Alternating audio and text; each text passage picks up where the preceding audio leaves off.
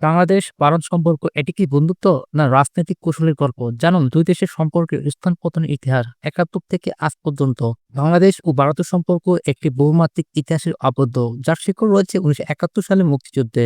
ভারতের নেতৃত্বাধীন সরকার বাংলাদেশ স্বাধীনতা যুদ্ধে প্রত্যেক সহায়তা করে, লক্ষ লক্ষ শরণার্থীকে আশ্রয় দেয় এবং পাকিস্তান বাহিনীর বিরুদ্ধে যৌথ সামরিক অভিযান চালায়। এই পরিণতি ব্যতীতে ১৯৭১ সালের পর বাংলাদেশ ভারত সম্পর্ক শুরু হয়।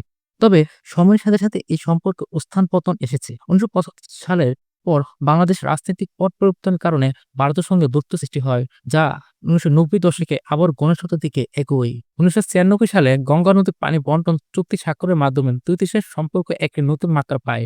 ২০০৮ সালের পর থেকে বাংলাদেশ ভারত সম্পর্ক আরও ঘনিষ্ঠ হয়, বিশেষত বাণিজ্য, নিরাপত্তা, সীমান্ত ব্যবস্থাপনা ও সংযোগ খাতে। তবে কিছু ইস্যু বরাবরই আলোচনার কেন্দ্রে থেকেছে, যেমন তিস্তা নদীর পানি বন্টন, সীমান্ত হত্যা, ট্রানজিট ও অর্থনৈতিক ভারসাম্যহীনতা।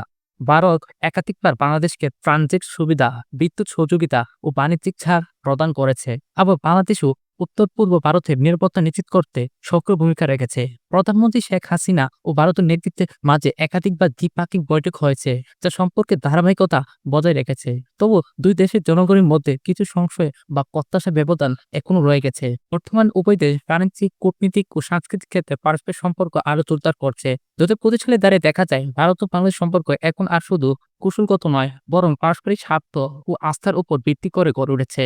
তবে চ্যালেঞ্জগুলো সমাধান করা গেলে ভবিষ্যতে এই সম্পর্ক হতে পারে দক্ষিণ এশিয়ার শান্ত ও সমৃদ্ধির মডেল।